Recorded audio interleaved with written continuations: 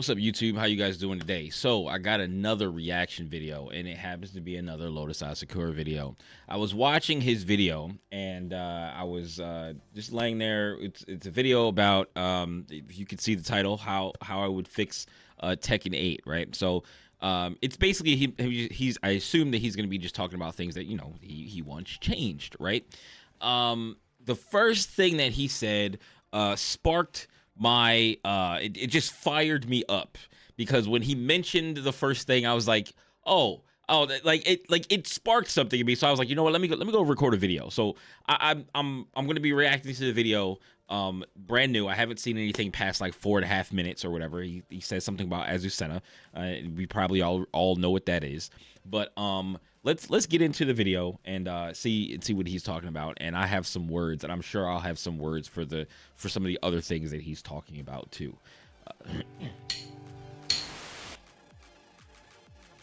What is good, ladies and gentlemen? Welcome back to the channel. I'm Lotus Asakura, the one who does best, and in today's video I want to talk to you about a list of changes that I personally want to see in Tekken 8. Now bear in mind that these are just things that I would personally want to see, and honestly, depending on how much time passes and the more time we spend with the game, I could change my opinion on wanting to see some of these things. But feel free to let me know your thoughts, not only on my own list, but your own list in the comments down below. I will trust. A little bit different from the video I recently made that was titled something along the lines of everything wrong with Tekken 8. Let's just go to just difficult, or then moves need to be toned down.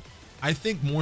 Okay, wait. Either the execution one to me, but the first one that I have written down is first one that I think while running moves need to be nerfed. Either I do not think while running moves need to be nerfed. I think certain.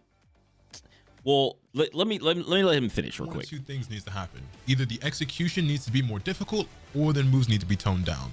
I think more so than anything, you probably got to lean toward the moves need to be toned down, because it's very obvious that the MO for most modern fighting games, and this includes Tekken 8, is lower barrier of entry, high skill ceiling, but you make things more accessible and easier to perform. That's why you have things like heat smashes and heat bursts and things like that. That's why the game is focusing more on offense than it is on defense. That's why I would argue that the heat smashes and stuff, it's like I barely use heat smashes and like heat stuff. I'm just now starting to use things like heat things and heat combos and heat, like stuff in heat, right? Like I use with Alyssa, I use her heat mode and use her what is it, like emergency boot or something like that, where you press forward, what is it, forward 1-4, and she goes into boot, like the dash, and then brings out her chainsaws, which she can't do that without heat, right? So there's some stuff in there that I do use, but I don't really use it as much as I should. I don't use all the various aspects of it that I should. Anyway, because I gotta like work that into my whole game plan, blah blah blah blah blah blah. Anyway, while running moves, I do not think while running moves need to be nerfed. I think there are certain while running moves that need to be nerfed, or if he does want to have like the things higher execution, that would probably be fine, because more like the higher you go, right, in rank, most of those people will be able to execute it. If it was higher execution, they would be able to execute it. The people down in the low ranks aren't doing the high execution things anyway. So if you made it higher execution, you get, I guess it wouldn't really, I don't even think it would really change much, because most of the time when you're using a while running move, you're not really using them super close, right? You're using them around like mid-range, and it's easier to get to the while running state from closer now. Like you can get to the while running state, I'm pretty sure, from point blank.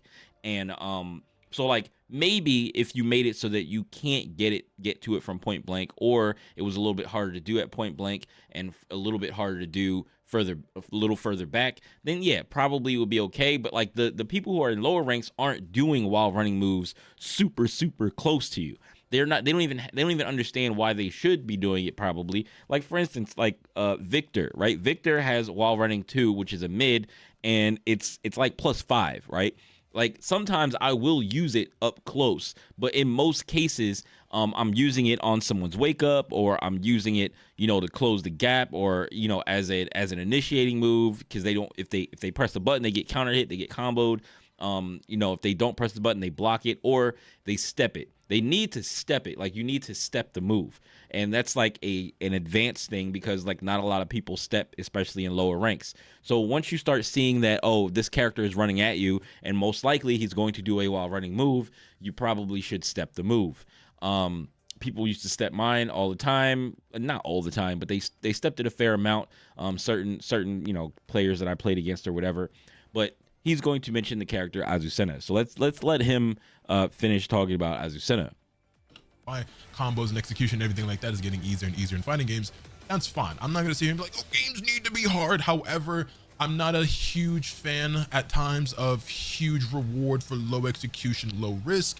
And while running moves have always been a thing in Tekken, and we've always had very powerful while running moves, but I think the accessibility to moves of this power, and some of these moves being more powerful than ever before, looking at you, Azucena, while running 3-2, even though I play and enjoy that character, oh my god, the damage, the tracking, the plus frames, things. So about Azucena, the move, the way the move should probably be nerfed is it not have such a big giant hitbox around it that is very difficult to step. That move should be one of the easiest moves to step in the game. It should be. It just doesn't make any sense that you could do while running 3-2, like, and it's a mid. It starts with the mid, and you're supposed to, like, I hear that you're supposed to sidestep duck, right? You sidestep and then duck, and it will whiff, and then you can punish it, right? That's not, the average player is not sidestepping into a duck. Like, that's just not going to happen most of the time. I've tried to sidestep this move so many times, and I don't think I've ever been successful in sidestepping this move. It's usually I just wanna block it and just take the mix, because like if I get hit by it, then they're gonna knock me back. They're gonna come running again, and I know I can't sidestep it, and I'm not confident in doing it. I've been trying to practice it. I just can't. Maybe I'm doing something wrong, but in matches I definitely can't. And it seems like it seems like I just can't get around that move.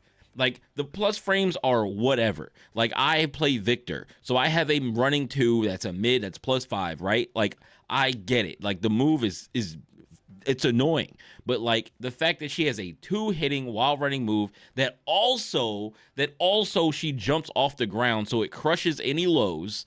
So like if you were to like stick something out, it's not going to trade with any lows. It's not, you're just going to get kneed in the face. If you think that since she jumps off the ground, most people, like, maybe casual players that don't understand what, high, mid, low attacks are, they see a move that is, she jumps off the ground, they duck, and then they get hit by the mid and knocked away, right? Like, it doesn't, it's too strong. If it's going to be, it should either not have a super huge hitbox around it, or they need to remove the mid off of it. It needs to just be a high, because like with Alyssa, I have a running 2. Was it running 2? Yeah, Alyssa running 2 is a high, right? It's a high, and if you duck it, then you duck it, right? Like, you duck it, you punish it, right? I'm gonna probably run in there and do a running 2, and it's gonna be +5, but it's a high, you can duck it, right? So most likely I'm going to do running 2 until you start ducking it, and then I start doing her, her other moves that are gonna hit mid that kind of look like running 2, right?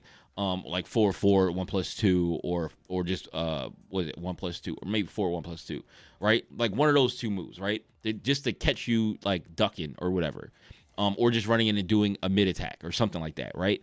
But like it doesn't make any. Azucena's that needs to be toned down. It's her. It's not really all the other like running moves that need to be nerfed. It's just Azucena. Hers needs to be toned down.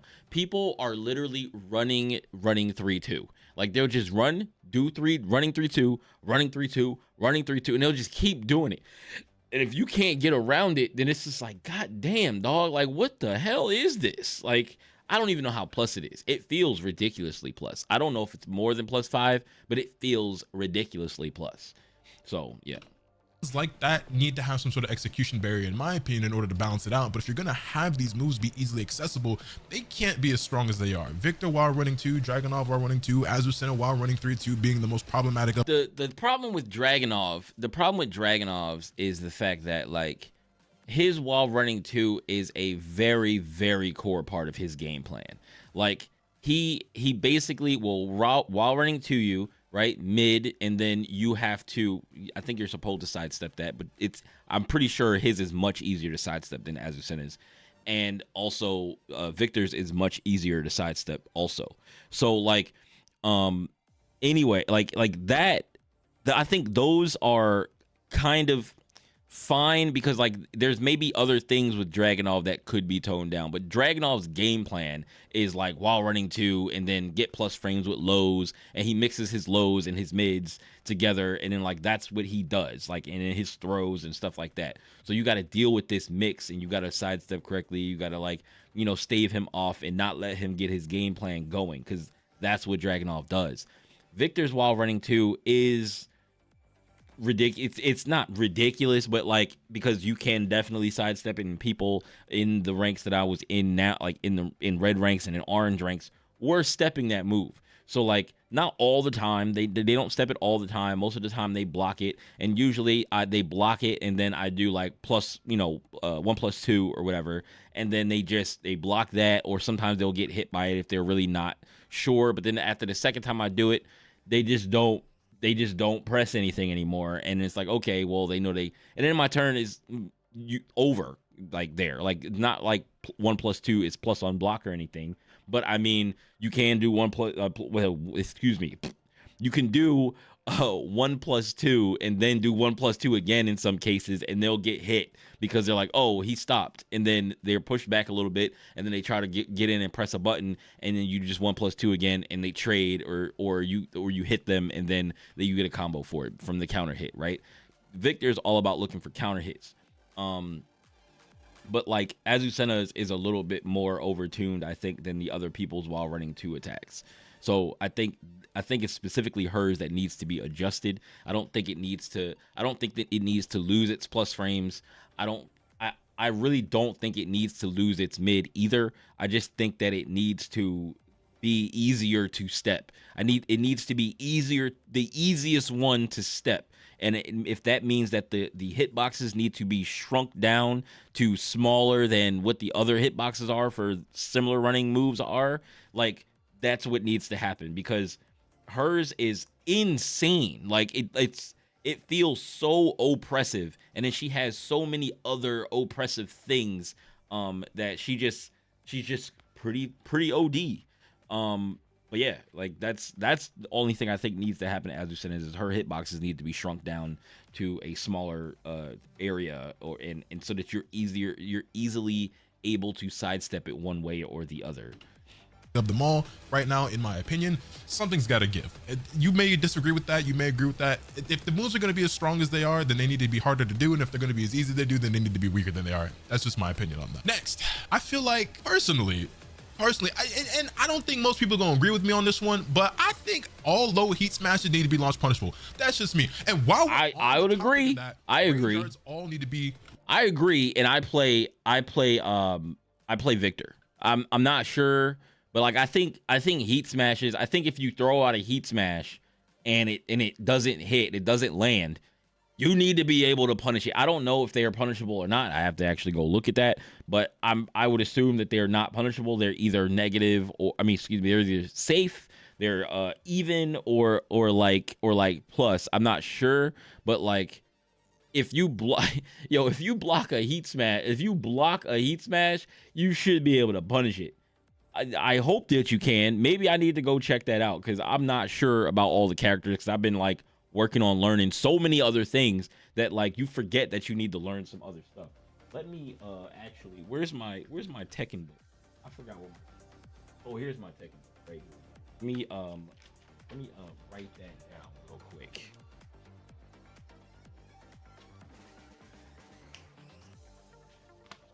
Yeah. All right. more than minus 15 on block across the board. Okay, I know we're focusing on a lot of things that I feel like need to be nerfed right now, but these are just the ones that were written down on my list first. Like I said, this is not really in any particular order. We're gonna get to some other things as well, but like if I block a low heat smash, it should be minus 15 minimum. Okay, and rage arts should be even worse. I'm sorry I bumped my mic. I'm getting real passionate. I think rage arts are fine where they are. Behind rage arts only being minus 15. I don't think that it's a problem that rage arts are minus 15 if everybody has a 15 frame launcher. Like everybody has a 15 frame launcher, so it should be fine. Like I don't know why they need to be more than minus 15, because usually if I block a rage art, I punish it every time. I know there are people that don't know what the frames are and don't know what it is, but I punish it every time. There was an issue when I first started learning Alyssa, where I tried to down forward 2 when I blocked a rage art, and it didn't work, and I was like, oh, because her down forward 2 is 16 frames, but she has up 4-4, she has back 4-4. She had, what else does she have? She has other, I think she has another launcher. But yeah, she has stuff that you can just use and punish it. I usually punish with back 4-4. I think it's just easier to hold back and then just mash 4. And then I punish it and do whatever. You know what I mean? You can also just do up 4-4 and then get, full combo, whatever. Like as long as you can get a full combo off of your launcher, I think that's fine for rage arts. Rage arts I don't think need to be more than minus 15. I think that other things should be more punishable than they are, because they just give you too much reward for the risk that you don't have to take. But I really don't, especially because like sure, a lot of characters, most characters I would even say, can launch that, but then you have characters like Steve who can't, right? And Steve can suck it. Steve can't. Maybe that means Steve needs a small buff where he gets something where he can punish rage arts. But like, if Steve can't punish rage arts, then like maybe you should just start throwing rage arts at Steve. You always just throw rage arts at Steve. I wonder if Steve can duck out of the way of rage arts. That would be interesting. But like there has to be something that Steve can do. I think Steve can't launch rage arts, but I'm pretty sure he has something that's fast enough to put them on the ground. He can put people on the ground right directly in front of him with their head facing him after a rage art, which is of course not the best punish, but it does put them in a situation where they are in it's a bad situation to be in. Especially when they bust out with a rage art and you block it, because most likely they have very low health. So if they have low health and they bust a rage art out because they were like, oh, I'm panicking, and then he blocks it, and then he I think it's like 4-4-2 or something like that, where you can do 4-4-2 and then like it'll punish and hit them on the ground. I'm not sure. I'm not 100% sure. I remember trying to lab this for a friend of mine before, and yeah, I think that's what it was. I don't get it. I don't get why that is. They should be more like, you doing a raw super on block, you should die for it. Every character in the game should be able to launch whatever not the slowest launcher, but whatever like Steve's like slowest launchers, like every character in the game should be able to launch you for getting your rage art block. It's got to be. That's true. What were rage arts in Tekken 7? It was like minus 20 or something. Don't quote me on the number. I don't remember. It needs to be nerfed some more. I don't agree with it. I don't understand it. Maybe somebody in the comments can make it make sense to me. Rage arts should be more unsafe on block. It just is what it is. I mean, I'm not going to disagree. Have rage arts be definitely more. It's not going to be a bad thing, right? It's not a bad thing. It's not, because you're not supposed to be, just I guess randomly throwing out, rage arts. You're not necessarily supposed to do it, but you can do it to blow through a bunch of different, attacks or whatever. But it wouldn't change anything. It would just make some characters able to punish them, and I agree, like every character should be able to launch a rage art, no questions asked. Quality of life thing for me personally, I don't understand why you would design a ranked system where you benefit the most and stand to gain the most from fighting players who are the same rank as you or +/-1, and then not put an option in the game for me to queue up with only plus or one minus my rank being within the set parameters. Somebody make that make sense to me, because it doesn't. I guess I guess they do that for matchmaking purposes. I guess it would be your choice to choose whether you wanted to be able to only match against, +/-1. But then, your matchmaking might take a little longer than normal. But I mean, I guess that's your decision. But I mean, I don't see an issue with them adding that into the game, but yeah, I don't know. I use +/-2, which is, I think, the closest thing or the lowest thing you can use, and instead of using like any or +/-3 or 4 or whatever, because like I think at a certain point you match against people out too far outside of your skill range. And I think you just don't earn points. Wait, do you earn points, or you earn like 50 points or something like that? I forget what it is. You earn some insignificant amount of points, or you earn nothing at all. So it's like, well, what's the point of even matching with those players? I mean, I guess it's to, learn matchup experience, but half the time people are just spamming random stuff anyway. If they're in a lower rank, or if they're in a way higher rank than you, then you might just get washed, and you might not learn anything. So it's like, yeah, I use +/-2 because it's the lowest thing, and I guess if it was a +/-1, I would. But I kind of wish the rank system was the way Tekken 7's rank system was, even if they didn't have the infinite thing where it was like, yeah, I think well, I guess it is the same thing. I'm not sure, but I remember that you get the most for fighting somebody the same rank as you, and then you get absolutely nothing if they're too far outside of your rank, not even 50 points, which I think that should actually come back, because if that comes back, then you won't have people, matching against any and then beating on low ranked players and leaving against higher ranked players just to make the point grind super long, but be able to rank up to places where they probably shouldn't be, just because they're ranking up off of beating people that aren't as strong as them. So yeah.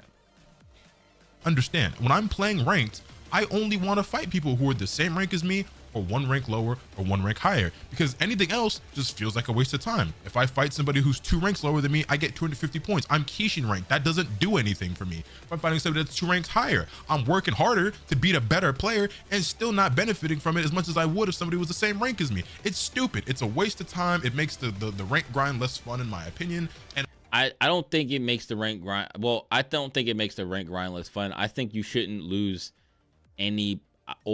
or gain any points outside of certain ranks. So like if it's like 3 ranks, I think if it's like 3 ranks higher, maybe 4 ranks higher, if they're 4 ranks higher than you or 4 ranks under you, no player should lose or gain anything. That way, that even though for some people that feels like a waste of time, they will probably set their thing to lower, but that some people might want to play people that are higher rank just for the experience and just for the understanding of how to fight better players, and not necessarily having to lose anything. And then the people who are higher rank that set their thing to 4, maybe they just want to fight weaker players, maybe if it's in good faith to help them, because if they're not getting any points out of it, you have to believe that it would be in good faith that they're setting their thing like that, because they're trying to learn against higher ranked players, right? And then like people who are setting their things to 4, and they're trying to run into people who are higher rank, and you're the higher ranked person beating someone who is lower than you, 4 ranks lower, and they're just learning the matchup, right? They're just basically like taking the experience of fighting you, and you're just giving them an experience of, this is what this character is capable of at this rank. And then like maybe that helps them with fighting those characters in the lower ranks to help them move up, because like instead of just giving you points, the experience of fighting somebody those ranks above or below is all about the experience gain of like gaining knowledge and helping others gain knowledge when you're not getting any points for fighting somebody of those levels above and below you. And I understand that for some people that maybe they set it that way so that way you have a larger pool of players to choose from. But I live in America, the East Coast of America, okay? There are plenty of players online. I'm not struggling to find matches. That's why you add it as an option. It doesn't have to be forced to be that way, but if I so choose to limit the pool of players to cater to my personal experience, I should be allowed to do so. This is true. I don't understand why you wouldn't make that as an option. I truly do not. I can't comprehend that, but please add +-1 to the search options when I'm doing up for ranked, and also add the +- feature to quick match. Like I don't like.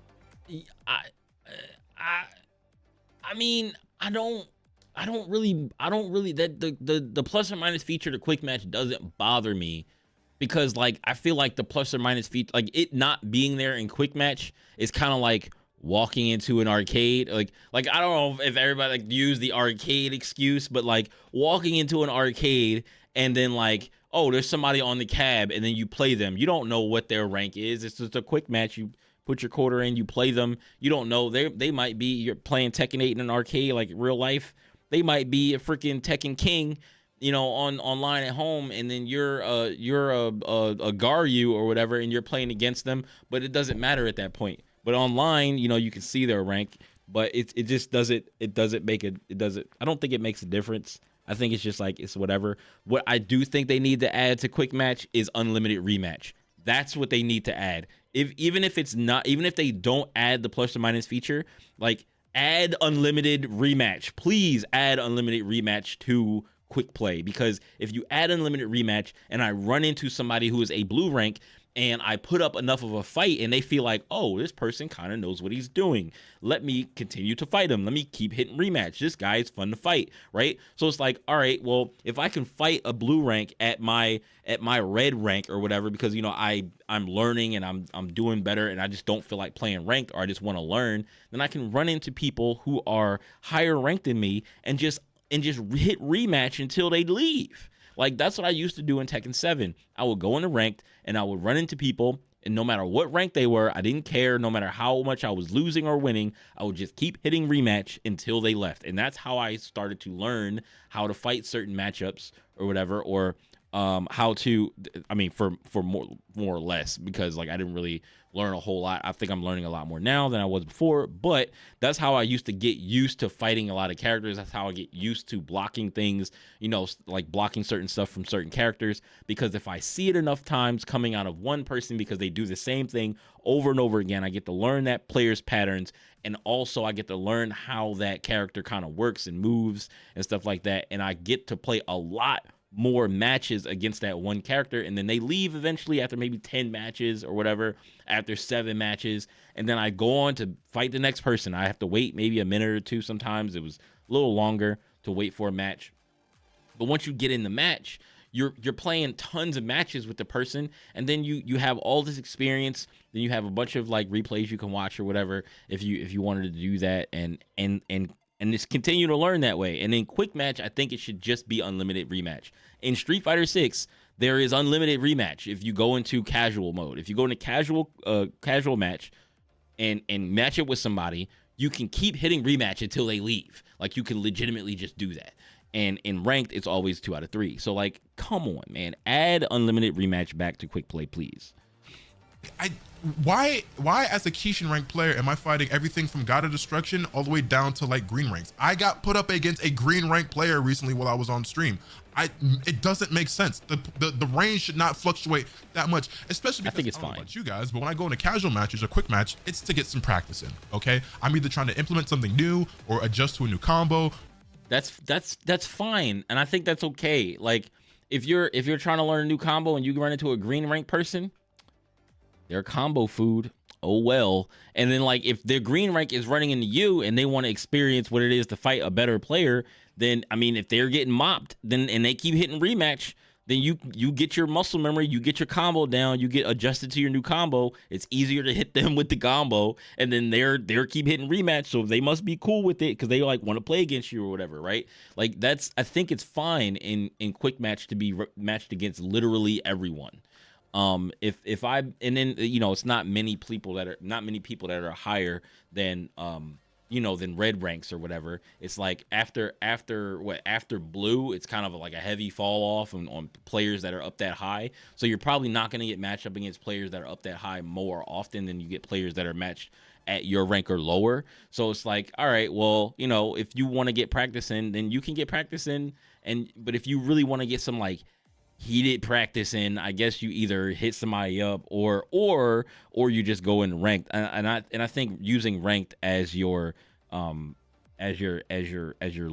like to learn, is also good too. But I guess I understand, like if you really don't want to sweat in ranked and you don't want to lose your points, I don't necessarily value my points that much in this game. I valued my points even less in Tekken 7 because I would rematch non-stop in ranked mode, because I'm like, okay, if I'm winning, I'm winning. If I'm not, I'm not. If they keep rematching, I keep rematching. But people are going to play harder. They're going to play, and you're playing for something, even though you're learning and you're playing. You might be playing somebody that's better than you, and they're just whooping your ass, even if they're a higher rank than you, and you're not really earning anything, and they're not earning anything. If they just want to play, and you want to play, and y'all just want to keep hitting rematch, y'all can do that. Like it's cool. And then like the people who want to just rank up, they'll probably play you in like 2 or 3 matches or whatever, play you in a 2 out of 3, and then they'll leave. Sometimes I'll try to do, best of 5s, and then like regardless of whether I won or lost, I would leave after a best of 5, right? And then go on to the next player. That's what I did for like a couple of videos on Tekken 7 with Lydia when I was playing, and I posted them on YouTube. Not that far back. Well, it probably is that far back, but that's what I was doing. And so sometimes it depending on what you want to do, you know what I mean? Refine my execution, or maybe I'm just warming up before I go into rank to maybe enter an online tournament, whatever. I haven't done that yet in Tekken 8, but I probably will. But it's just also what I do in other fighting. Where's tournament mode? Tournament mode is missing. I do not benefit at all from getting curb stomped by somebody 7 ranks higher than me, or curb stomping somebody 12 ranks lower than me. Add the plus minus Q rank feature to quick match, and while you're at it, quick match needs to be infinite. I need to be able to infinitely rematch my opponent until yes, infinitely rematch. That's the thing I was just talking about. It doesn't make sense to me. The most useful feature, the most fun part for me, and for a lot of you guys, I'm sure as well, about quick match is being able to rematch against an opponent who's of similar skill level, or at the very least is playing a character in a unique way, or is a character that you don't see very often, and helping you learn that match. Exactly. I can't get experience against certain characters because they're very rare, and it's like in ranked, it's first to 2, boom, I get blown up by a string I never saw, and then it's over. It's either go and actually learn the entire character yourself, which is kind of unrealistic, and to some degree. That's what I did. Except I don't want to do that for every character. You know what I'm saying? Like the character that I got beat by the most is the character that I main now. So like I understand how to fight Alyssa because I play Alyssa now.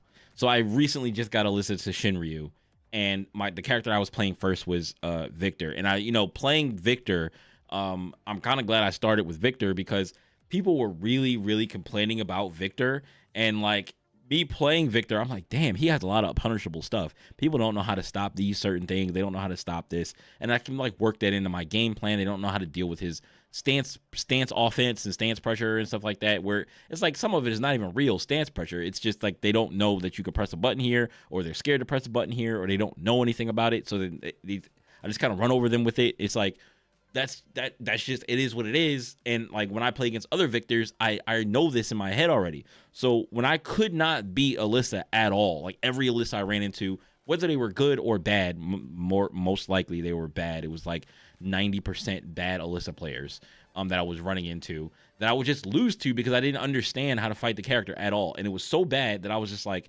you know what? Alyssa is kind of a cool character, and cool enough for me to learn the character. So I think I'm going to learn her next, and I'm going to make people's lives hell with chainsaws, right? So that's what I did. I learned how to play with chainsaws first, and then so that I could understand how they work. And then I started filling in the gaps with like neutral buttons and, combos and all the other stuff that I need in the kit to play the character as a full character. And so I completely learned the character, and now I can play 2 characters in the game. My Victor is probably lacking a little bit because I haven't been playing Victor at all. I play him every now and then, and I find that my muscle memory has kind of stuck, and I'm glad about that but I'm just having so much more fun playing Alyssa, and I've been struggling to get to Shinryu. Like red ranks are getting a lot harder now because I don't know why, but it seems like red ranks are getting a lot harder now. I literally dropped from Garyu into Destroyer, 2 ranks below, and before the later in the day I got all the way back up to Shinryu. But whatever the case, I'm learning. Degree I'm trying to do that, but I'm only human. I can only play so many characters. I got like 4 up my sleeve. I'm working on my 5th, but it's like I'm not JDCR, okay? I'm not me. I'm not Arsene Ash. I'm not gonna learn. I only got 2. Every single character in the roster, especially not in the span of a couple of months. But what I can do is get a lot of experience fighting that character by somebody else who plays. That's true. I would love to do that. Oh, that's a 1+2 throw. I haven't seen that before. Oh, there's a high at the end of that. I know how to do I hate not knowing what throw is what, dog. Like somebody just to get into Shinryu, I had to play this Kazuya, and the Kazuya kept throwing me, and I think it was a 1+2 break, but I wasn't sure because I kept missing the break, and then I was like, maybe it's a 2 break, maybe I was hitting 2 by accident and not the 1+2. I was like, I just didn't know, and then I was just like, come on, bro. Like I kept getting thrown by this, and I was just like, dog, if it's not a 1 break or like a 1 or 2 break, like where you can break with either one, then I'm cooked. I'm cooked unless I recognize that they keep using the same throw, and I know what that throw is. Like for instance, Shining Wizard. Like sometimes I can break Shining Wizard, other times I can't break Shining Wizard because I'm just not expecting it. But when they're running at me, I probably should be expecting Shining Wizard. So yeah, you know. Because I've seen it a few times, but I'm tired of getting blown up, whether it be in rank match or quick match in a 1-2, and I don't even know what I died to because the match is over already. Yeah, I can't run it back. I can't get the experience. And then some people will be like, oh, well, take it to replay mode, and then you can learn what you fought. It was like, yeah, that like replay mode is one thing. You can go to replay mode after the fact and see if you were able to punish anything that you blocked that you didn't punish. See if you're able to, you know, get around certain situations that you weren't sure about or whatever. Like you can do that, but then you have to apply it in game for it to stick. Like I can write it down in my book, but until I apply it in game, it won't necessarily stick in your mind and stick in your fingers so that you understand what to do. If you have the knowledge, that's cool, but then you have to apply it for it to stick. Now, quickly, let me chime in here while I'm editing this video because I thought about this, and obviously some of you guys are going to say, oh, but what about the replay system? Yes. Yes, I said it before he did. This game is incredible. I think it's one of the most groundbreaking features I've ever seen in a fighting game. I find it very useful, incredibly helpful. However, I don't think it's a substitute for getting real-time experience. Exactly. Some of those characters. Exactly. As good as the replay system is, as much as you can go into training mode and lab certain things and certain strings or throws or whatever the case is, you know, practice your defense, I don't think any of those are substitutes to actually fighting against an opponent in real time and dealing with those tools, how they mix things up and how they implement those on the fly in a match. I think you need all of those things together, but right now in Tekken 8, it feels like it's really hard to do that because quick match is still 1-2 and it just doesn't feel like that's, you know, any good for proper experience or like, you know, practice in this game. 1-2 just doesn't cut it, and it's like, okay, unless you got a homie or a friend or know somebody who plays that character, you're not going to be able to sit down and get a long set against them. And it just, yeah, it just kind of sucks. So like that's honestly one of the things I want the most off this list is for quick match to be infinite. Me too. Rematches. I also want the same thing. I just feel like I can't get the practice I'm looking for like I normally do in fighting games without it. So he basically exactly the same thing that I was thinking. Same thing. And like the other option is to go into the thing, find their profile and add them as a friend, and then legit invite them and go sit in a lobby forever until they see if they show up, which is, I think that there's another thing that needs to be changed in the game, which is the invite thing. Now, I know that they probably didn't do the invite system this way because of streams and because tournaments and stuff like that. Because like in other games, in like say for instance like Guilty Gear and other games where the invite thing used to show up on the screen in match, when you're playing in a tournament or a tournament is running and or somebody is streaming and they're playing their matches, you just have people just inviting nonstop, right? And the thing just nonstop pops up on the screen. And then you also have people that have no life that will change their name to something inappropriate and then just start inviting that person over and inviting them over and over and over and over and over again. And you just have this inappropriate thing just popping up on the screen over and over again. So it needs to be an option for you to be able to turn it on and turn it off. So like be able to turn it on so you can see the invite pop up wherever you are in the game. It doesn't matter if you're on the main menu, in a match, in practice mode, whatever, and then be able to be able to like go to like a pause menu or go to the community, tab or whatever when you're on the main screen like normal, but like go somewhere, go to the community tab in like not necessarily in match, but say for instance after a match is over, say you're in a ranked match and you're playing your 2 out of 3s or whatever, after you're finished your match, then if you got an invitation, you can go to the community tab at the end of the thing where it tells you that you can go back to standby. You can go to the community tab, go to your invitations, hit the invitation, and go straight from the end of that match into the lobby that you were invited to. Because that way I'd be able to invite somebody and then sit in the lobby for a few minutes, see if they show up. But if they never go back to the main menu screen, I don't think they ever see the invitation. So like that's a problem. I think that's something that needs to be changed. Now, of course, this depends on players actually hitting the rematch function, but let's be realistic, let's be honest, we've all played quick matches, casual matches, whatever, and plenty of other fighting games where they have it set to you can infinitely rematch. And yeah, some people, they leave after 2 games, some people might leave after 1, but there are plenty of people who stay there until they get tired. You know what I'm saying? You might get 6, 7, 8, 9, 10 plus games with one opponent. I've fought people in Street Fighter up to like 20 something games, and I've lost a lot. Like there's times I will lose a ton of games, but it's just because it's like, okay, well, I don't care about these losses because I'm just trying to figure stuff out. I'm trying to figure out how this character ticks. I'm trying to figure out if there are things I can punish. I'm trying to figure out if there are things that I can do to prevent this character from doing what he's doing to me. And then while I might find some things, I'm still losing, but I might find some things, but it's helping. Like it helps, even though I might take 20 losses. The things that I learned from the long set help because I can just try them over and over and over again on the same person, and knowing that this person, is reacting a certain way. They have a human brain. They have prior knowledge of how I play. I know how they play, and we start to like kind of like I develop like a way to fight this player and character at the same time, and then I take some of the stuff that is specific to the character and take that to other matches with that character or against that character, and I am able to fight the next person who plays that character a little better than I was before. Plus games with one opponent, especially in Tekken of all games. Well, which granted the rage quitting and the one and done and the plugging is very prominent in this game, but deathmatch culture used to be a thing. You can't do that in ranked anymore. I should at least be deathmatch culture, man. I need the experience. I need the, and it's just like I just don't get it. I just don't get it. And a lot of things that are on my list, like I just don't understand why it was designed the way that it was. And don't get me wrong, this might sound like a video where I'm hating heavily on Tekken 8. I love this game. It is very fun. I think there's something about Tekken 8 that brought me back to fighting games in a very, very like strong way, bro. Like I don't think I've played a game this hard like in a long time. This brings me back to when I used to play like Marvel 3. And I was playing a lot, and I was playing every day, and I would wake up thinking about Marvel 3, and then I would just be thinking about Marvel 3 all day and thinking about what I could do and practicing stuff in training mode and whatnot, right? And this game brought me back to doing that a lot. I mean, I did play a lot of Street Fighter 6, but I feel like I play this game a lot harder, and I think I'm better at this game than I am at Street Fighter 6. I'm not sure. Like, I'm not sure.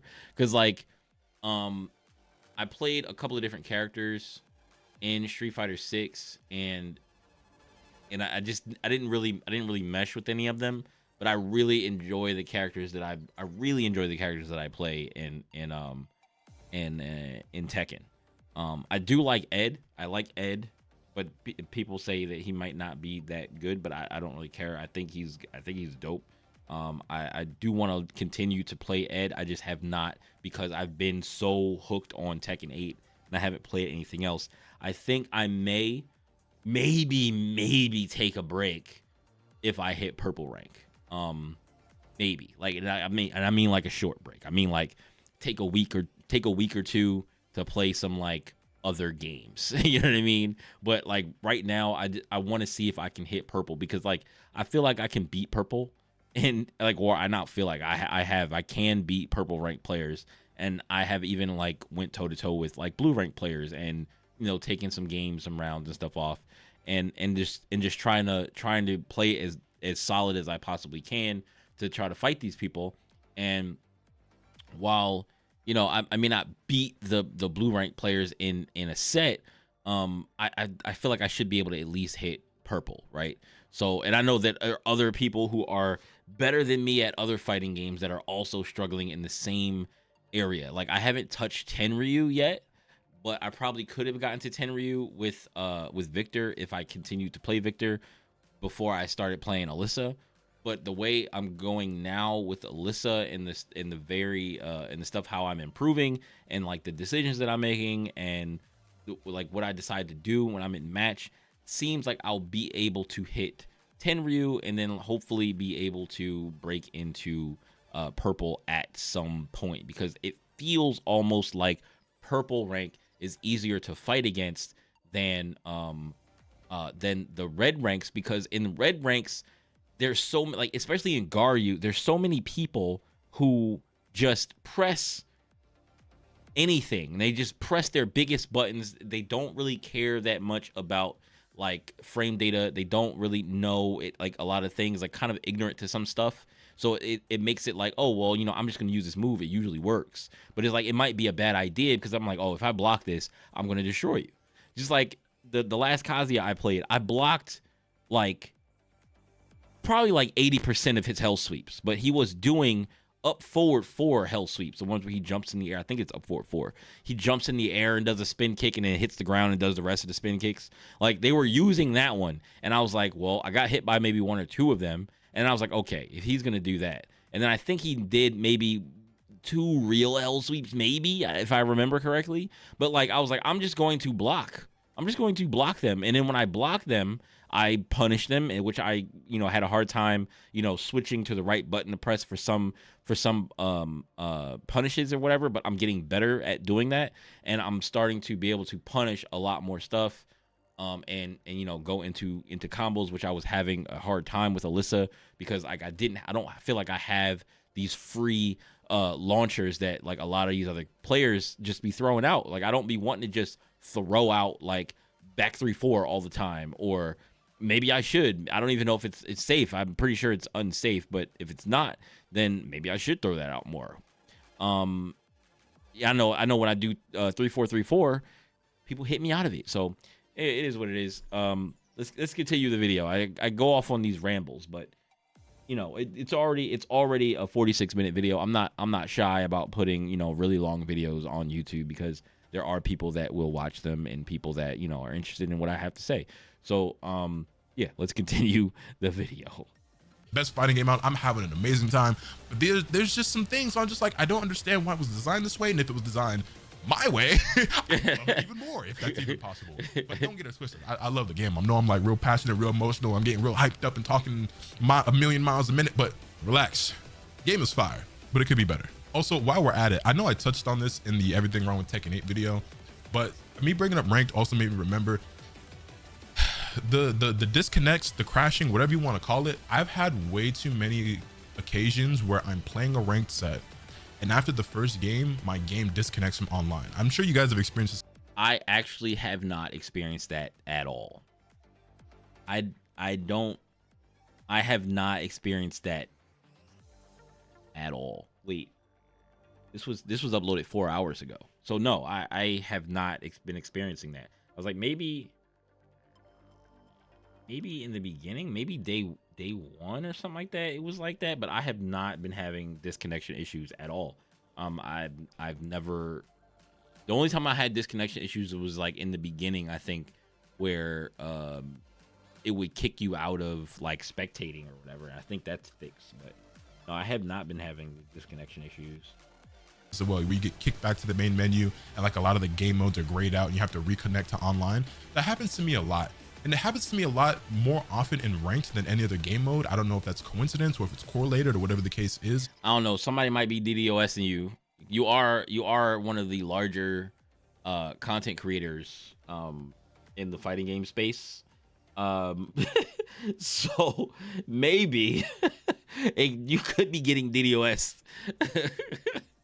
But I don't know. understand I don't know how that first works. game, whether I win or lose, I get disconnected because I know that on the other end, my opponent just thinks I won and done. And I don't like that because I'm not the type of person who really be doing that type of thing very often. You know what I'm saying? Very rare cases where I'm leading somebody, mostly only if their connection is really if their connection is doo-doo water, then you get one and once y'all done. get on that, once you're able to fix that, I know this was supposed to be a list. I'm kind of just like ranting and rambling at this point, but whatever. Everything's just flowing into each other because point is, going back to what I was about to get into, let's talk about throws.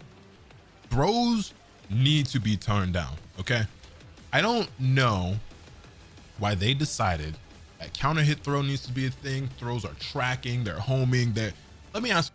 Okay, so I was something real quick. What is I was watching something about counter. I was watching something about throws earlier today. I think it was the Frame Whisperer. He had a video talking about how throws work, and there was some stuff in there that I didn't understand or I didn't know, which was like if you get a counter hit throw, the throw becomes like almost impossible to break. It's not impossible to break, but it just becomes much harder to break. So like, whereas if you throw a parry, or the parry thing I knew, the armor thing I knew, where if you grab a parry or armor, it becomes unbreakable, period. But if you grab someone that's like swinging at you and it's a counter hit, the tech window becomes very, very small, and it becomes almost impossible to break the throw. And I'm like, does that need to be a thing? Does that need to be a thing? And I don't think it needs to be a thing, because like everybody has a 1+2 throw, and that makes it very confusing. It almost makes your regular grabs stronger, because like if somebody is breaking your regular grabs, you throw them with a 1+2 throw, and they have to now break with 1+2. And in the next situation, if you go for a 1+2, or if you go for a regular grab, they might think that you're gonna do 1+2 because that's what you did last time. And some people break with arms, so they'll know either way. But like sometimes it's based on like, okay, what did they do last time? That's how I kind of break throws. So like if you broke 1+2 last time, then they might throw you with a regular throw. And if they throw you with a regular throw and they broke 1+2, then they don't get the break. So like it's like, well, why do you even need the counter hit throw thing when there's a grab mix up anyway? Like everybody has a grab mix up. Not just King and Dragunov and some of these other characters that have like specifically 1 or 2 breaks, and also 1+2 breaks, right? And then like you don't like adding an option and making it 3 options to break is so much harder than having 2 options to break. Like it's exponentially harder. It feels like it's not, unless you're somebody who is able to look at hands and see arms and see which one you broke. And if you can do that, great. But I can't do that yet. There's just too many other things in my mental stack and that I have to think about while I'm like learning character, learning combo, trying to figure out what this person is getting ready to do, what string they're throwing, blocking, punish. Like there's too much for me that I'm looking for before I can like start to look for hands, and see which one went forward first, and then react to that, and then press the correct button. So I just break based on like the patterns that people use and the situations that people throw certain throws in. So that's kind of how I break throws. What is the difference between a command throw and a regular throw in Tekken 8 right now? Any guesses? Yes. A command throw has to be broken with a specific button. A regular throw has to be broken with 1 or 2. So if you throw somebody with a 1 throw, right? It's not a 1 throw, because like if you throw somebody with a regular throw, you can break 1 or 2, right? So like that's the difference between a command throw and a regular throw. But like at the same time, it almost feels like there's no difference, because you have everybody has a 1+2 throw. So if you're not used to seeing that throw animation and you're like, damn, is that a 1+2 throw? Because you never saw the other animation for the other throw.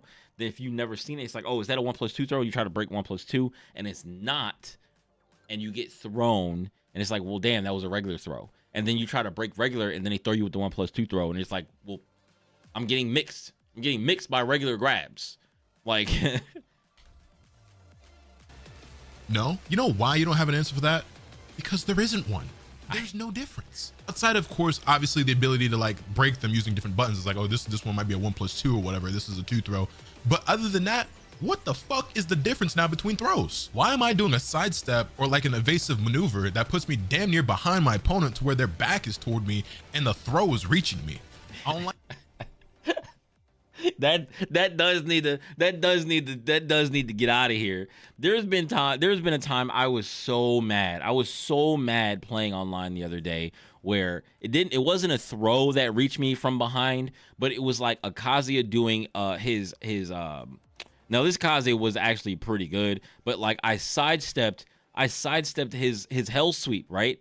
And I was literally behind him, and his hook, his like the hell sweep into that hook move, the hook hit me and he was faced the other way. And I'm like, dude, how did I just sidestep all the way around you and I got clipped by the hook and your character is back turned against me after the KO? I'm like, dude, what is going on with the tracking, bro? Like, it's not even like necessarily tracking, because I hate saying tracking because I don't think it's necessarily all like tracking. It's the fact that the hitboxes are really freaking big. Like the hitboxes are big, and then they're going around to like a certain side. That's why you're supposed to step a different way or whatever. But like the hitbox is so big that like it just clips you in stupid ways, and then you get screwed on some of the decisions you make, because it's like, well, I feel like I made the right decision here. I feel like I got really far around him with that sidestep, and I still got clipped and his character's back turned against me. But I got hit by something that swings forward. Like, what? Like that. I don't like that one bit. The tracking on the throws is too OD. And throw, yeah, but tracking actually might be on. Tracking is actually on throws, I'm pretty sure. Like where your character literally turns as the person trying to sidestep. So a lot of moves don't actually turn with after they initiate the move. The move doesn't like move with you unless they're like homing moves, right? But like the regular moves that people keep saying tracking is just like it's just the way the move goes. Like the move, I guess they mean by like tracking, like the move track is on a track to that side, right? I think that's what they mean. But like usually when I hear the words tracking, I think that they mean that the move, once it's initiated, it will follow the character if they go that way, right? Where it's like, it doesn't really do that. It doesn't follow them that way. It's just like it's on a track to go that direction, and you have to get out of the way of the track of the move. Do you understand what I'm saying? Like, do you get what I'm saying here?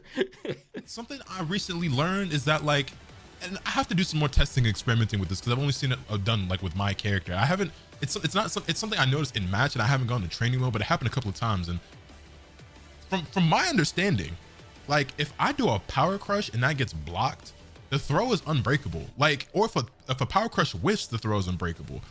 Unbreakable throws, like, okay, you yeah, if your power crush gets thrown at all, the throw is unbreakable. Like somebody throws your power crush, it's unbreakable. If somebody throws your parry, it's unbreakable. I mean, I guess actually I'm cool with that. Like I'm cool with that. What I'm not cool with is unbreakable throws in heat for the grapplers. Like, or unbreakable throws with just frame timings. Like no, that should not, I feel like that should be a thing. But that's not going to go anywhere because they're not going to take away just frame throws. If I'm correct here, I'm pretty sure that Dragunov has like just frame throws where he'll throw you'll see a blue spark, and if you see a blue spark, you're done. Like you can't break that at all. So you gotta hold that. If you see a blue spark come out of King, if it's a throw and it's a blue spark, you cannot break it. So it's just like that is what I think shouldn't be there. The punishing of parries and the punishing of power crushes with throws and them being unbreakable, I'm fine with that. You're punishing them for doing something that would normally, like if you're doing a power crush and somebody throws an attack at you, like a high attack or a mid attack, you blow right through it, right? So like if you throw a throw at their power crush, you basically blow through their power crush. Also, lows blow up power crushes too. But like they're like, it's counterplay, right? So like it's fine. Like I think that's okay. Parries also same thing. If it's parry, you throw out a parry because you think they're gonna swing at you, you get punished for throwing out a parry. Whereas normally, like if you didn't get that, you'd be able to throw out a parry and then just look for a tech, right? Which is like you're covering both options. And people that can look at arms to break throws, right? They'll just parry and then look for the tech, and then it's like, well, damn, how am I supposed to like stop this person? I gotta only throw lows at them, and then they're parrying a whole lot, and like I'm talking about whereas like they're doing it properly, where they're putting parries in the right spot, and it's like you should be able to call out their parry, not necessarily all the time with just some like low hit or whatever. Maybe you can call out their parry with like maybe a low sweep or some shit like that. But like if you can call out their parry with a throw because you ran up to them, oh, they did parry, and then you ran up and just threw them instead of running up with a running button, then it's like, okay, they should get punished for it, right? That's fine. But the fact that you can just blue spark and they didn't do anything, it wasn't a counter hit or nothing like that, and then they can just throw out a throw, get a adjust frame for it, because it's I'm sure it's not hard to do once you main the character and you do it all the time. You just get throws for free. Like it's like, even if the person knew how to break all the throws and you just threw all the just frame throws and they got thrown, like they're just cooked. You get your rage art block that throws unbreakable, that's a guaranteed punish. I can live with that. You throw somebody out of the power crush that throws unbreakable, I can live with that. Getting the power crush stepped or blocked and it's unbreakable, like unless you're dead, like throwing me while I'm still active in the power crush, I don't understand why that's a guaranteed unbreakable throw. The whole concept of unbreakable throws is frankly something you could throw out altogether, and I probably think the game would be better off for it. But that's just me. But it's like I can agree. I can agree with that. That's not one of them though. Throws are a touch too good in the game, especially because like, and I guess this one I do understand to some degree why. It's because new players and beginner players and like scrubby players, they just mash throws a lot. They throw on wake up, they throw neutral, they throw on negative frames, and like they make throws good so that when they do throws, it works and it helps them win more and whatever. And like I kind of understand that, but just don't agree with it. That's just me. That's just me. And the biggest thing is the tracking. I just feel like the tracking on throws is a little bit out of control. Yeah, that's out of control. That is out of control. You can't step throws at all. I was behind King yesterday and his heat smash hit me. Like I just, bruh, King's heat smash is absurd. Absurd. Like it's so fast and it reaches so far. You sneeze wrong and it's like, oh, he's in heat now.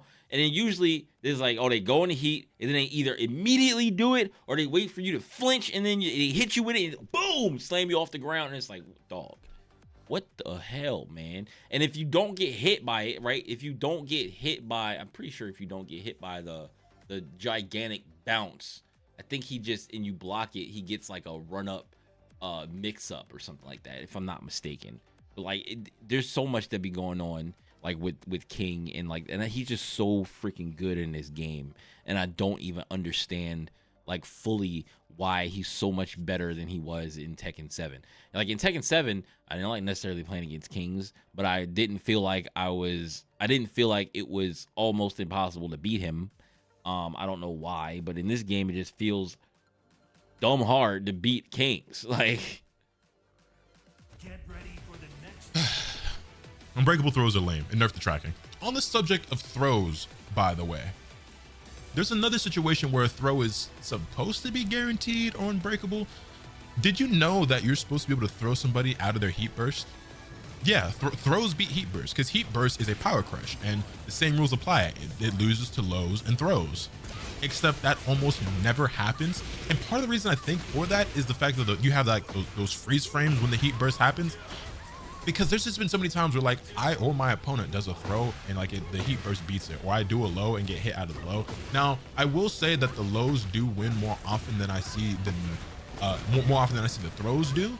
But like it just, if that's supposed to be the counterplay, let's remove the freeze frame. I feel like that's the reason why. Maybe it's not. I've replayed a replay in the background because I hit the button on my arcade stick, but whatever. let's keep going. Maybe it's something else. Either way, the freeze frame could go, and maybe heat burst needs to go altogether. What do y'all think about that? Do y'all I don't think heat burst could just be removed from the game altogether? Because like, do we really need another armor reversal? Like, we already have rage arts, which are a reversal. You have power crush, right? And then adding, there's just some things that are just not gonna get taken out of the game. So do I want it taken out of the game? Not really.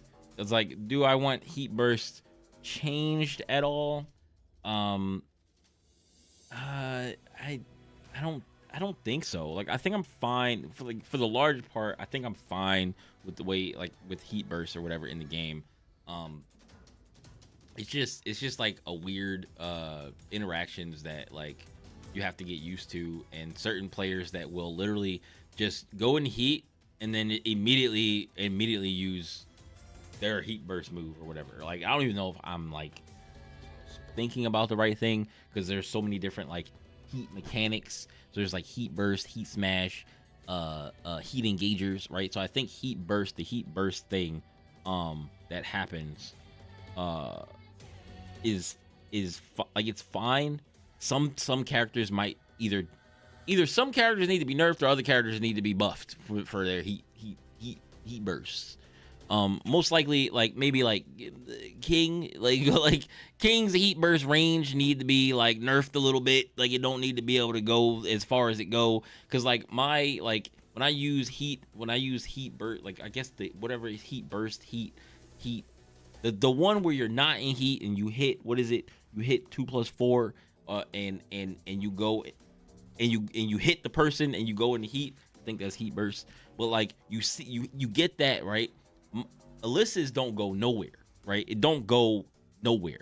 There are some characters that have those like heat bursts or whatever that like go so far. Like, you think you're away from it, like you think that you've backdashed far enough, or they hit it and you think that you're not, you're not close enough, or even you might even take like another step, and it reaches you anyway. And their fist is stretched out like Asuka.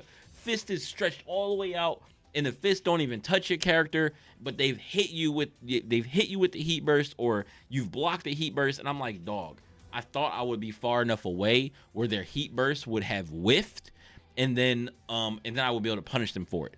Alyssa, it happens all the time. Alyssa's don't go nowhere. Like, hers, you could be like fairly mid-range away from her. Like, I think she might have one of the shortest like heat burst smash, or whatever it's called, in the game. Like, her going into heat with that little chop that she does, it don't go nowhere, dog. Like, I've whiffed it so many times, and other characters will have been the same distance away from me or further, and they'll hit it, and it'll block and it'll push my character way off the screen. Like, you won't even see my character's like top half of the body on the screen because she's so far back. Like, it's ridiculous. heat burst. I saw somebody left me a comment. Was that in chat, or was that, no, I was streaming last night and somebody left me somebody came in the chat and asked me, they said, do you think that they should remove power crushes from the game because you already have heat burst and rage arts, and it just feels like 3 armored reversals is a bit too much? And I was like, no, because I think power crush is a very necessary tool. Dog, power crushes definitely feel necessary, but if you were to remove power crushes from the game, I think it would maybe make it more like, make neutral and poking much more like safe to do, because once somebody used their heat burst as their one reversal on stuff, they won't be able to do it again. I use power crush a lot. I use it a lot. And like, I feel like you should use it a lot, because like there'll be times where I have 2 power crushes with Alyssa, where one of them is a high and it goes really far. It's 16 frames, I think, on startup, 16 frames. It goes really far, and it's a high. So like, when people are running at me to getting ready to do something, or they're like, like doing whatever stupid string they're doing, then I just up back it too. And like, even when I'm like forced into crouch, I can still do it, which is cool because you up back 2.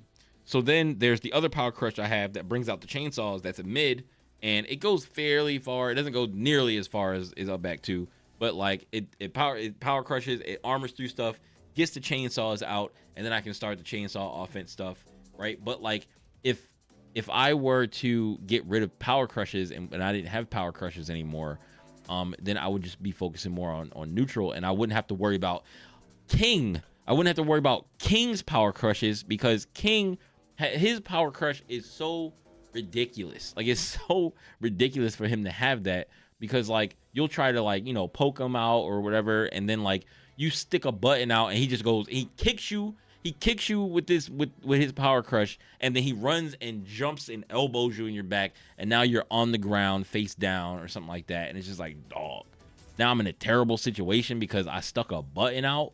Like, come on.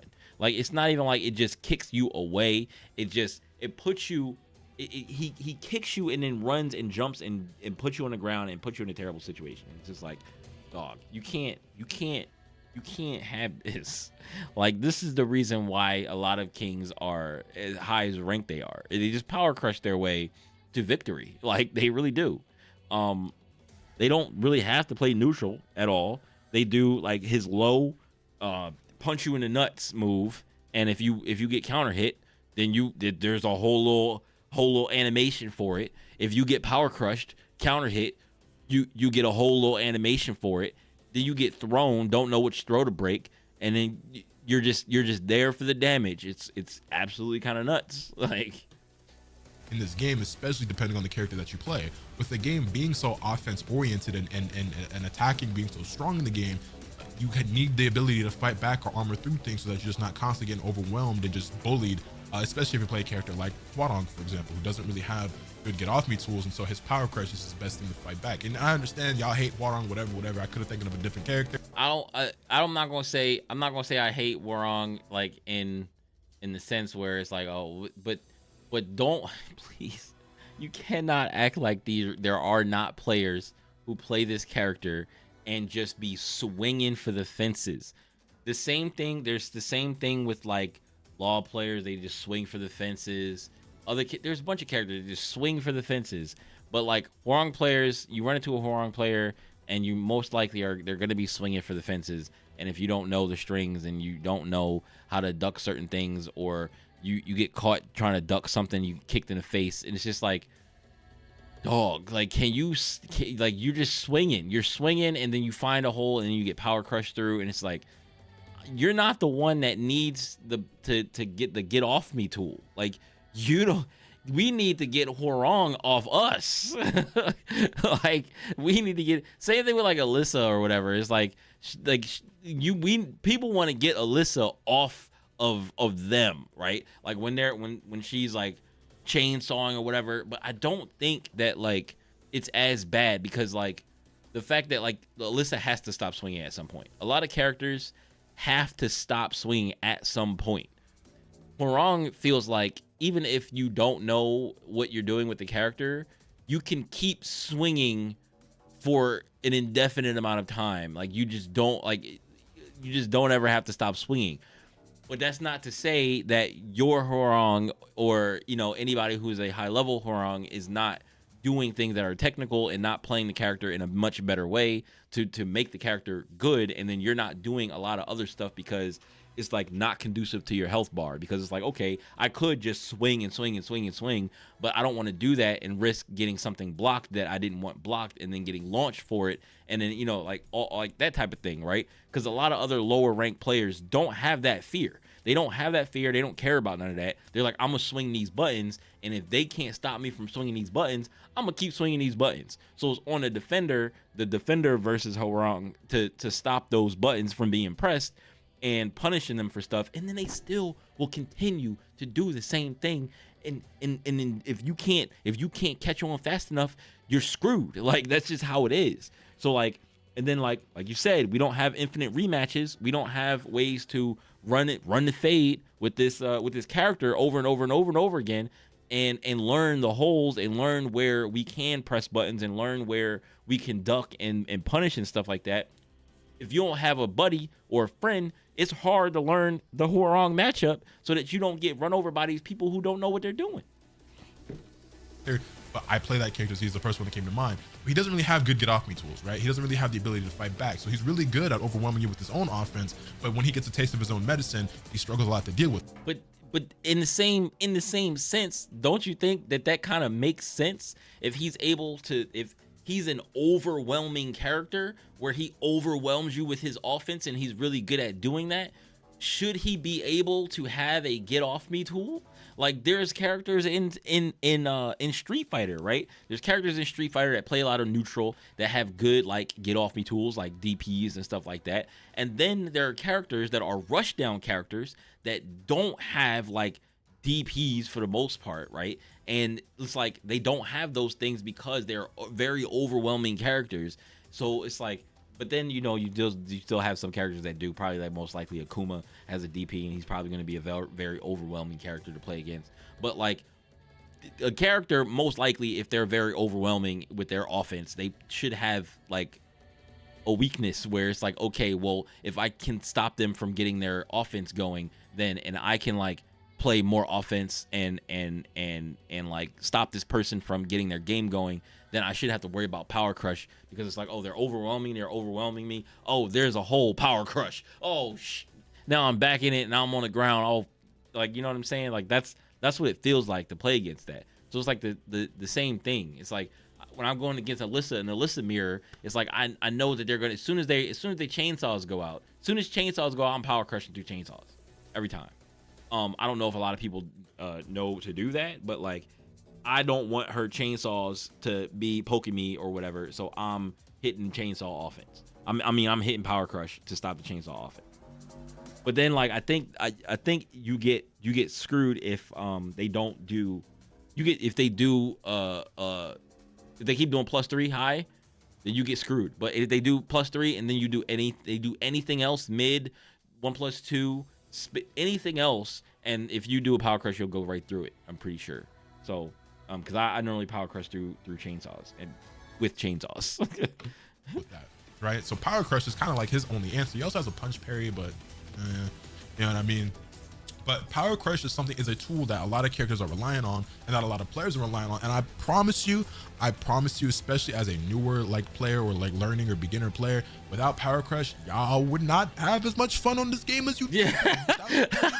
Get off me real quick, y'all. Ooh, no. If you're gonna remove any of the three, to me, it's got to be heat burst before power crush. I think power crush is a necessary tool in this game. Yeah, but none of those are going anywhere. I wouldn't remove them because it's the new mechanic. It's the new mechanic of the game. I wouldn't remove heat burst. Because like that's the thing that is a core part of Tekken 8. Like if you remove heat burst, I guess if you keep heat and you remove just the heat burst, like maybe you go into heat, but then you have other stuff in heat as long as you have a bar, but you don't have that heat burst thing that comes out of it, and you still have like the combos and stuff. Yeah, I guess I could see get rid of that, but they worked on the animations too much. They're not getting rid of the heat burst. They would never do anything like that. So like I wouldn't even bank on asking about it or hoping that they remove it. That's just something that just wouldn't get removed from the game. Below. Yeah, originally my idea was just like remove like the freeze frame thing from heat burst, but honestly, you can remove heat burst altogether. And obviously I know like you're not gonna do that, right? I feel like that's a drastic change to the mechanics of the game, and it's like we're already this far in, like people are using that for combos or as a reversal, whatever. They're not gonna go that far, but honestly, I don't hate the idea as I sit here and think about it. Now I'm trying to be convinced why that's a bad idea, but for the moment, it is what it is. Anyway, last thing on the list, I need the ability to create a custom lobby where I can choose whether I want the player 1, the player 2, or whoever wins the match to stay at the top. Okay, Yes. Okay, this is a streamer specific thing. Like, this is a streamer specific thing. When you open up a lobby and you want people to come into your stream, because I have this when people come to my TikTok streams and stuff like that, and we're playing lobbies, or like I used to just make a lobby and then like invite the people that I knew, or not necessarily that I knew, but the people that were in the chat, right? I would invite them, and the only way to invite them is to go into like Tekken Lounge or whatever, get them, add them as a friend, and then go into a lobby, and then fill up the lobby with the people who wanted to play, right?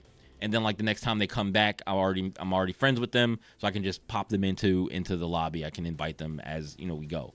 But I've changed that since, right? I don't really actually mind I don't really mind that not being a thing. It should definitely be a thing, but I don't mind it not being a thing anymore because it gave me a good reason to use the Tekken Lounge. So like in the Tekken Lounge, it's so much easier because I don't have to add anybody, right? I can literally go into like an empty or almost empty Tekken Lounge and just go to, you know, the group cabinets or whatever, and just sit at a group cabinet and then like, yeah, I'm in America 110 or whatever, right? And then whoever wants to play in the chat, you can just go to America 110 or whatever lobby or whatever lounge I'm in, right? And just find me because they see where I'm standing at on screen, right? And they just find me. We sit down at a cab and we play a set, right? That way, I can always be the one to be playing people, and if other people want to play other people while they're in there, they can do that, right? So like, then I can just get up for like, okay, I played this person in a set, and then somebody else wants to play me, and I get up from the cabinet, and don't have to worry about like me getting kicked off the cabinet because I just got smoked. It's like, okay, well, I got kicked off the cabinet, I got smoked, they got their game, and then like, okay, who wants to play me next? And then the next person wants to play me, I find them, we sit down at the cabinet, I play them in a set. So like, and it's cool because it's like, it gives that arcade feel because you're in an arcade. I used to not have any reason to really use Tekken Fight Lounge, but like now that since I have people coming in to stream, into the stream chat that want to play, it's much easier to just stay in Tekken Fight Lounge and just play people in there. And then like if I want to keep playing that person, then it just sends you back to they should definitely have a rematch button, and they should definitely have a rematch button in there, but they don't. But I guess I could understand why they don't have a rematch button, because then people would sit at the cabs and never get up. But like, is that really a problem? Because like that would be the same thing in a real arcade. If I was at a real arcade and I had enough quarters, and I was playing someone and there were other setups, then we just keep playing because they have multiple servers and they make more servers as people fill up the servers, and then as people leave the servers come down. You know what I mean? So like, I don't think that would be an issue to have a rematch button in the group cabinets area when you're sitting down to play somebody, because like nobody's gonna sit there and play forever, right? Like, and if you really wanted to play forever, or they could have like a cap, they could have a cap of like 5 rematches or something like that, right? Something like, or make it like first to 5, something, right? Because like nobody's gonna sit there forever. For real. And if you did want to sit there forever and they didn't have the option to sit there forever, or you can do first to 10s or something like that, then you can go to a lobby, right, and just play infinitely with that person. You just add them while you're in the Tekken Lounge. You're like, oh, let's go into Tekken Lounge. I'm tired of like resetting this thing. But as a streamer and somebody who wants to, have people be able to come in and out as they please, then it's like, oh yeah, I'm in this lounge. Come in the lounge, find me, and we can play. It's just much easier that way.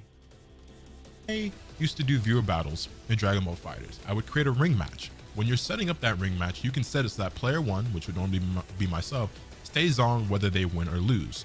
Okay, I understand that this is a feature that applies to me more specifically and personally, especially as a streamer/content creator. But this could apply, and I'm sure there are other people who use this as well. Whether it's like this specific person is trying to get games in and experience against this group of players, or you're just whatever the case, you're running some sort of gauntlet, whatever the case is, right? That should be an option, okay? And it makes my life a lot easier as somebody who wants to do viewer battles with people, and like it's just a huge pain to do it right now because there's no real good way to do it, because like I either create a lobby and I constantly am switching rooms, or like telling people that they have to leave after, you know what I'm saying? Or I go to the arcade, I go to the fight lounge, and I have to line up. Then you have people who are like cutting in front of the line. It's like, how do you properly like manage and maintain that or whatever? So it's like, I need the ability. You just go back to the fight lounge and just get up and just go fight somebody else. Like that's how I maintain it. Loser stays on, whatever the case is. Then because it would be cool if you can't cut in line, because they said they have people lined up, and the way people were lined up to fight the other guy that was streaming on TikTok that was in that same lounge that I was in the other night, the way people were lined up in there, I thought that it was a feature that if you hit I got next, then they would put your character right behind the seat of the person who was playing. And I thought that was the line was made by the feature, but I think it was people were just standing there in line, like actually like to know that, okay, I'm next. And then the person would get up and that person would move, and then everybody move forward. I think that's what was going on, which is really cool to see that people were like, having the line. But when you're a larger streamer, right? When you're a larger streamer, the guy that was streaming the other night, he didn't have too many people. It was like maybe like 5 people that were standing there in line to fight him.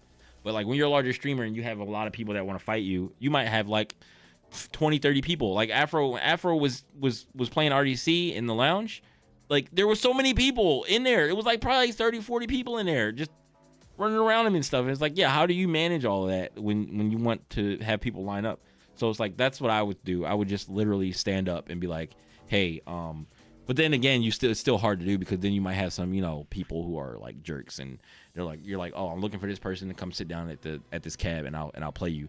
And then like people are either jumping in front of you and sitting on a cab, or jumping in front of the other person and sitting on a cab and fight you. So like, it can be annoying if you have people that are being jerks about it. But I think that most people aren't jerks about it. Most people. So it is what it is.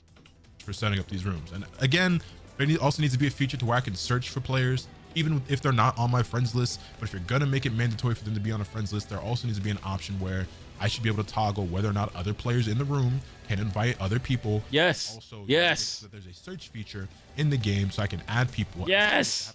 Add somebody, or having randomly come across them online and add them for my recently played list. You're making it real difficult. Like, the lobby system is fine if you have these other features, but like, please add these other features. I don't know why they're not in the game when they're in other games. Complicated that it needs to It's 2024. All these features exist in other games already. It's not new. I don't know about you guys. Get on that. Since that last patch, I feel like lobbies have been breaking a lot more. But I feel like they're breaking a lot less. This game has been pretty good. Obviously, like I said, things aren't set in stone. The game isn't perfected. We're basically playing the arcade version of the game. I've said that before, and I'll say it again. It's fine. So I'm giving them somewhat the benefit of the doubt, because I'm living with that. But I need to keep seeing improvements. I need to keep seeing changes, because I love this game. I want to see it last for a very long time. I want to see it continue to increase in popularity. I want it to be one of the biggest. This game will definitely last a long time. Several years. I can't wait to see what the game is going to be like years down the line, when like patches come out, characters get changed and stuff like that. Like I can't wait to see like how different it's going to be from now later. Like maybe I'll be able to feel the difference, because usually I don't play the game through all the patches, like except for Dragon Ball, which is I didn't play through all the patches, and then like 2 patches later, or not 2 patches later, but like 2 seasons later, I didn't even know how to play the game anymore, because the game had changed so much that I just was like, I don't feel like relearning the game. You can learn, grow, improve, compete, and create content, and have fun with all my homies and all the viewers and everything like that. So we need this game to be the best version of itself, and in order to do that, I need to see some of these changes. Obviously, some of these, right, like the nerfs and stuff that I mentioned, and take those with a grain of salt. That's that's up for interpretation. That's subjective. But some of these other ones, like the quality of life stuff, like +/-1 Q in ranked, or the lobby stuff, like I feel like that's a must. Like I feel like that's objective. Like, yeah, no, that needs to be a thing. But that's my list. Y'all let me know what you think in the comment section down below. Hit this video. I like the list. I like the list. I agree with a lot of the stuff that he said, and yeah. So I gave him a like. I'm subscribed to him. Definitely give this video a like. Give my video a like. Subscribe to me. Subscribe to him. Yeah. It's been good. I know it's been a long video, and I appreciate the people who stayed and wanted to talk. If you want to talk about any of this stuff, you want to comment any of the stuff underneath. If you have any thoughts about things that I said, please do put them in the comments below, and I will probably be talking and answering stuff there too. I don't know how many people are going to watch this. Last time I thought that nobody would watch an hour-and-a-half video. It became one of my most viewed videos, so it was a different kind of video. But anyway, thank you guys for watching. Please do subscribe. I'm trying to reach 1,000 subscribers, and if you are here now listening to this, then that means you watched through the entire video of me yapping about Tekken 8 and the things that he would like change, and some of the stuff that I would like change that wasn't on his list. And yeah, so I appreciate it. All right, I'm gonna catch you guys later. I stream Monday through Friday, like 9 p.m. Pacific time. Pretty much every weekday. If I don't stream one day, it's just because I'm super tired. But mostly Monday through Friday, I'm on 9 p.m. Pacific. So catch me there playing Tekken and getting washed by either ranked players or the people that come in the chat. So, all right, catch you guys later. Peace.